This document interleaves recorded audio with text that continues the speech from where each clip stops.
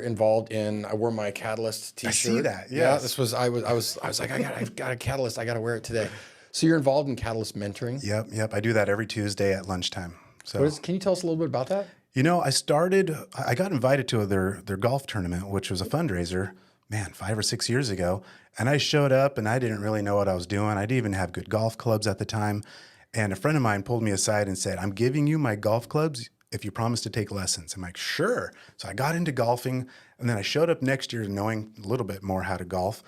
And it was the same fundraiser. And giving the money was the easy part. And it's like, I'm being a sponsor. I'm buying their gift baskets that they have. And then later I'm hearing one of their speakers, it was Aaron Hayes. Yeah. He is, and he was involved with it heavily then. And he was saying, you should become a mentor. And I'm like, oh yeah, the money's the easy part. I should give my time and be a mentor. So I jumped through all the hoops. It took me like 3 months to go through everything because you have to get fingerprinted and you got to take these tests, but you got to watch these videos. And if you don't pay attention to the video, you fail the test. So it's like you actually had to be involved. And I was glad I did because it gave you information on how to interact with these students that you're involved with.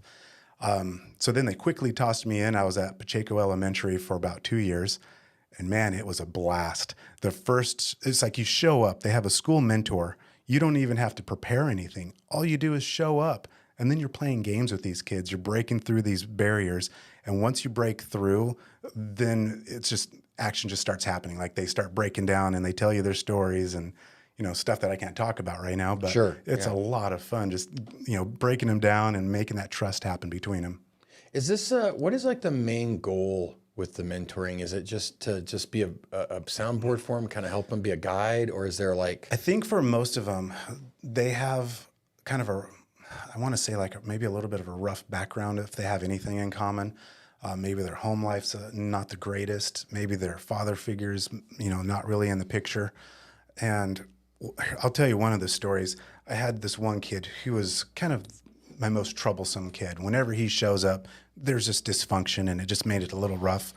And they said at the very end of my 2 years of being at this one school, they said, hey, I want you to know that this, I don't want to say his name. Sure. He actually started an Uno club, like we're playing cards. And I'm like, an Uno club? That's like the game Uno? And they said, yeah. I said, a club? And they said, yeah. Instead of beating up and bullying kids at recess, he started a club. And now there's like 25 kids playing Uno. And it's because of, and they said, why are you doing this? And they said, because that's what Chris taught me how to do. I'm like, what? That's awesome. So man. this kid, he's not a bully anymore. He wants to hang out and play cards. So,